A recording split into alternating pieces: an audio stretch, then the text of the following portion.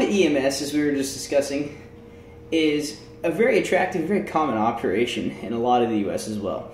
There's both not-for-profit and for-profit EMS. Now, bear with my hands here. Not-for-profit's better. But it has a lot of benefits. For one, there's little or no long-term cost to the city. Sometimes there's a contract fee, sometimes there's a guaranteed minimum monthly bill. For the most part, not too significant. And that's pretty rare in a lot of places, especially with competition, or the patient base is known to pay on an individual basis via insurance or whatever. For instance, let's say Edmond. Edmond's a dream place for private EMS service because most people are wealthy. There's a lot of old people with Medicare that pays a lot, or pays at least something. And there's a lot of upwardly mobile people with great insurance, so you can make a decent operation there. And it's small enough and healthy enough you don't need a lot of people there. So you can have a low overhead, high cost, or high yield operation without a lot of problems. But there's little or no cost to the city that contracts private EMS because they're giving the privilege of making a profit off of the citizens. So even though each individual citizen might not have the greatest care in the world or the cheapest care in the world, the city as a whole gets good, cheap care. Now, there's also no long-term commitment to it for an employer. For the city, that's a huge thing. No pensions. Pensions, no go. All long-term responsibility for health care, for pensions, for retirement accounts of some kind, for compensation for disabilities, all that goes to the private sector, which is great news for budget-minded city employees, especially elected officials. There's also very little liability for the city in terms of decision-making here because, once again, it's all the private's fault. And it's a specialized resource. They can recruit people that say, hey, we're getting paramedics, not firefighters, not other people. We're getting people that want to be paramedics, or even this is entry level. So they can subsidize a lot of the recruiting costs and a lot of everything else onto privates, and then build their own or agencies off of those. Subsidize isn't the right word for that, really. It's more like cost shifting. Now, another good pro to all this private EMS talk is that in many cases, private EMS is better than what the community is either willing or able to afford, and can actually bring a higher level of service than locals can generate themselves because they have a broader worldview, more support, something like along those lines. A great example of that would be Alamogordo, New Mexico. I worked there for a few months when I was with AMR. And AMR, a national corporation, brought national strengths like common equipment, fairly intensive high-speed protocols, etc., down to a local level because, quite frankly, it was cheaper than buying older stuff and downgrading. They had a higher level of care than the locals did because the locals were trying to work up from 1970 and AMR is trying to work down from 2012, if it makes any sense. So in many cases, privates can actually bring a higher level of care, and they can do it more cheaply to the community. Not to mention, they're bringing taxable, non-public sourced income, which is a very good thing for cities to brag about. Being able to bring in a bunch of lower middle class employees and make them citizens of your city is a great thing. So private EMS has a lot of advantages to a lot of communities. That being said, there's some huge disadvantages to private EMS. One, especially for profit, very, very, very little accountability. If it's not in the terms of the contract, or if they realistically don't feel like the contract is going to threaten them, or the contract is at risk, they will understaff. They will do things that city employees and the public might not necessarily approve of, i.e. sending all their ambulances on paying transfers, as opposed to keeping them in town for coverage. And that's really a test of individual company and individual personal ethics for a lot of communities because they have to evaluate, will this ambulance service do us right, or will they place the dollar ahead of the patient? And a lot of companies, just to cherry pick, Signer in Western Oklahoma, very much pick the dollar. There's not even a question about picking the dollar. Other ones are slightly better, and it really depends on who's in charge that week. It's very vague in terms of that. And a lot of those aren't really communicated to the public or to leadership. Staffing is a huge issue in the sense that private EMS pays very poorly in most cases. So turnover really isn't, it's a bad thing in a lot of ways in that it increases operational costs, it decreases general competency. Things generally don't go too well when there's high turnover, and private EMS is built for high turnover. near minimum wage pay, long hours, little respect, and little public visibility equals low pay in a lot of cases. At Pafford, I was at $11 an hour. To give a comparison, the guy at Subway actually made more than I did. Granted, I worked a 72-hour base shift, so I made quite a bit of money, but that's still 3 days away from a family. 3 full 24-hour days. Turnover is a huge issue. At EMSA, which is a for-profit private underneath the public utility model, they are working at about a 40% turnover every year at a bare minimum. I was there 2 years in the top third of the seniority charts. There's little accountability to the public in terms of medical care or in that staffing they provide. Locally, recently in Oklahoma City, AMR was actually caught lying to Ed Shadid about statistics, the metrics that were being evaluated on, because they can get away with it. And they said, well, why not lie? Who's going to replace us? So accountability is a huge issue. And for-profit also often resists charitable expansions. It's very difficult to get them to cover areas that are chronically not going to pay with a dedicated resource. It's very difficult to get a lot of for-profits to upgrade equipment or procedures or train more personnel or hire on more personnel because it's expensive. If they can wring the last dollar, hold that nickel to the buffalo squeals, then they will. And that's a hard thing for communities that are stuck with private services because, well, who's going to replace them? Last but not least, we've got the volunteers. Volunteers are kind of a weird little bracket of people. They are awesome and they do what they do for love of the job, but in many cases they're almost unaccountable because they are volunteers. What are you going to do, stop them from volunteering? They have very low standards in a lot of cases. Now, volunteers are usually associated with the fire department, but they can also be third service. Really, it's just whoever wants to buy the ambulance. In fact, some places in Oklahoma actually have the Parks and Rec department buying an ambulance and putting it up for people. Still, Oklahoma, until they went private, actually did that. But volunteer departments are very sketchy in that they're not for guaranteed staffing. They're very much a case of, we'll help you if you need it, maybe. And it's not big in Oklahoma, but back east there's a lot of things. New Jersey is a great example of that. In New Jersey, something like 85% of ambulances are actually volunteer staffed by regular people coming from their jobs. They get on an ambulance when they're called and they go help people. Sounds great. It's low cost. It's also very low standard and very resistant to change. So for healthcare, not the greatest, but it's cheap. Now, the big takeaway from this is, what are we willing to pay for?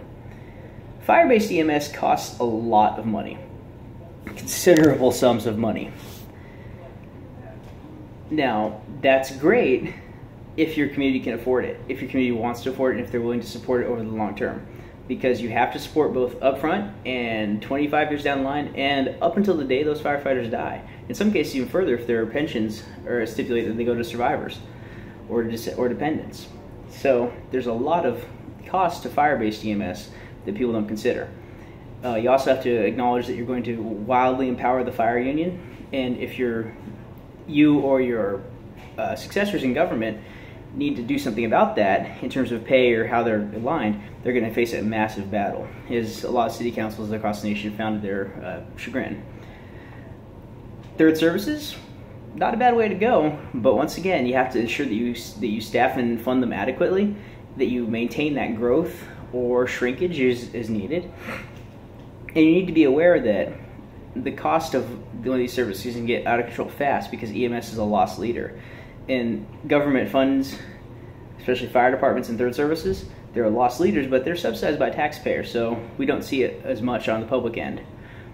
With a dedicated third service, you're going to see a city department or a local county department that's bleeding cash every month and no one's going to be able to figure out why. And you're going to get angry, and it's going to be hard to explain to the public that doesn't understand that. So the communities that choose these options have to be able to say, well, this is why, this is what we're going to fund, this is how well we're going to support it, and they have to be willing to accept changes in healthcare, especially as more demand and services and demands are being made. Private EMS, honestly not too bad. It's great cost shifting via a hospital, via a nonprofit, or via a for-profit. It's all not that bad in terms of the care that's being delivered on a one-on-one basis. assuming that the public does its due diligence and picks the right contractor, picks the right vendor. Picking a good contractor, off the top of my head, MedStar's contractor in Fort Worth, or Lake Jackson EMS, my employer for the city of Lake Jackson, in a public utility model, or Pafford EMS out in eastern Oklahoma. Picking the right contractor can make a big difference. Picking the wrong contractor, i.e. Signer out of Oklahoma, or Signer out of western Oklahoma, or what's another not that great one? MSTAT. MSTAT's not that great. They really aren't. They work long stand-up 24s with very restrictive protocols and don't pay very well, so not that great. Picking those services, and your community is going to have a rough time. These are decisions that need to be made with a lot of public involvement and a lot of feedback, because the public are the ones who get firsthand both experience with these and firsthand consequences of our decisions as public administrators. So if we choose to save some money now at the expense of spending money later to get a new EMS service, or to change the contract we have, or to change the existing one we set up now, that's a really rough thing to do when we could just do it right the first time. We also need to be aware of what supplemental things we have. Sometimes the best answer isn't just one or the other, it's a combination of all. That happens. A great example of that would be the state of Delaware. In Delaware, paramedic care is provided by counties in a government-based function, but private care is provided by fire departments locally.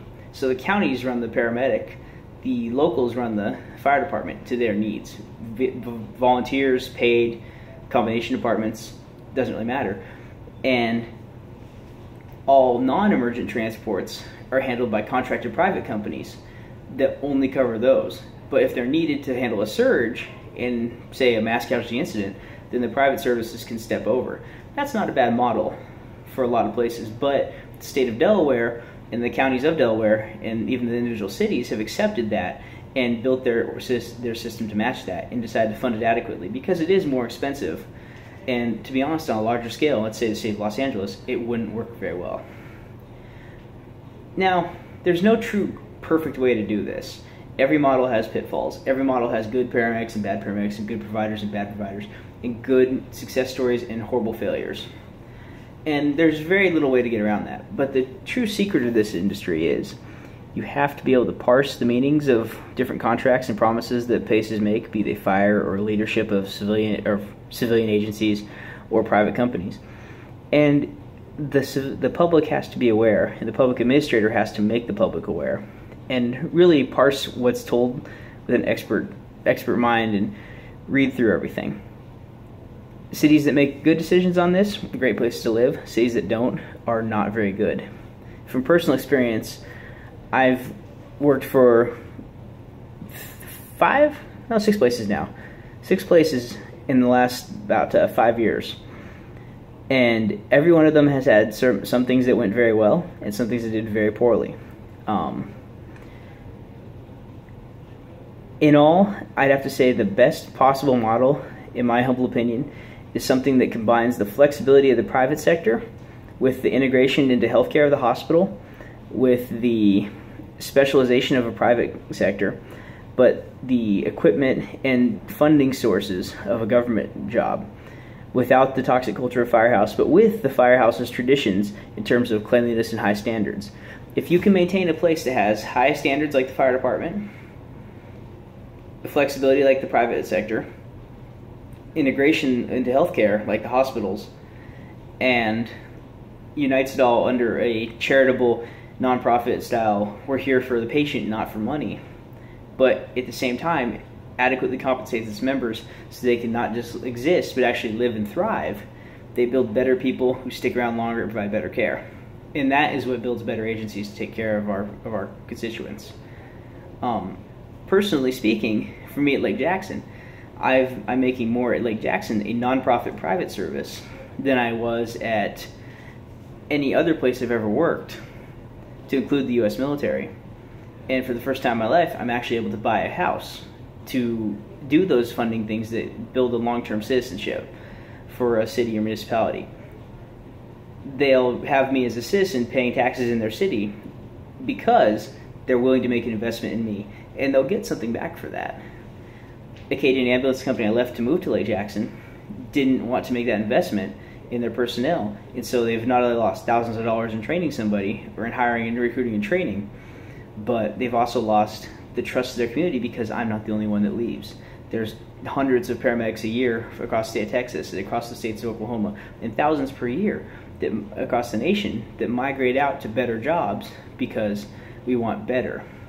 And for both the communities that we served and the community and the employers we worked for, there's lost opportunities, lost money, and the standards of care decrease because now new people are coming in having to relearn everything we learned, so at such great cost. So the choices we make as administrators to hire on those companies matters.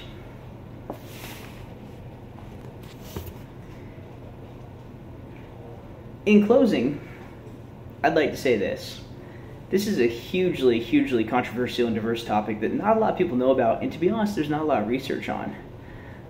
Jack Stout's studies in the 1970s were almost entirely focused on response time versus cost, which is a very, very narrow measure of this field. Modern comparisons mostly focus on response times and CPR save rates and other very narrow performance metrics. There's actually never really been a true snapshot of the effectiveness of EMS, or what we really do, or how much good we do, or what we don't do by being absent in the community. We don't really know if the answer to the question, are we important, is yes or no. It's hard to tell. No one really knows. Honestly, the best almost any leader can give you is an informed guess.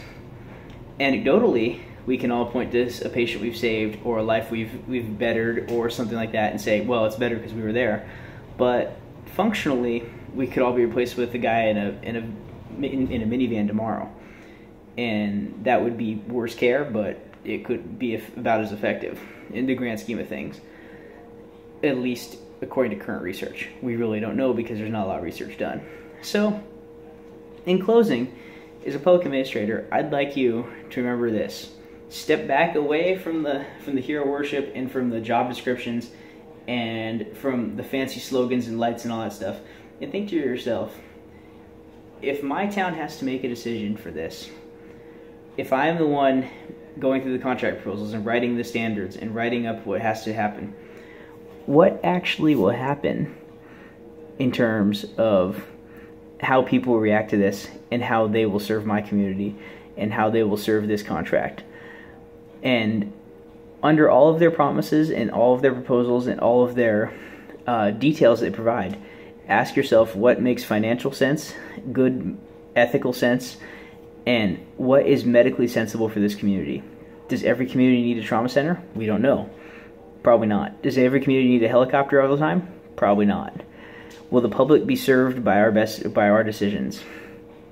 If the answer is yes, you feel like the proposal is good, you analyze it and the data says it probably is, and analysis says it's a good proposal, it's probably a good proposal. If something just isn't adding up, or there seems to be a giant flaw in the plan, feel free to reach out and contact an expert. There's plenty of us out there, and a lot of us will give you our uncensored opinion. But if you contact that expert, then you as a public administrator have done your due diligence. You've reached out and you're working for the good of your community.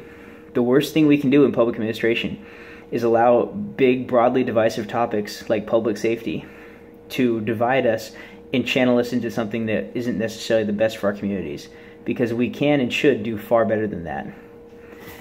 This is Robert Martin, student, paramedic, and I will see you later.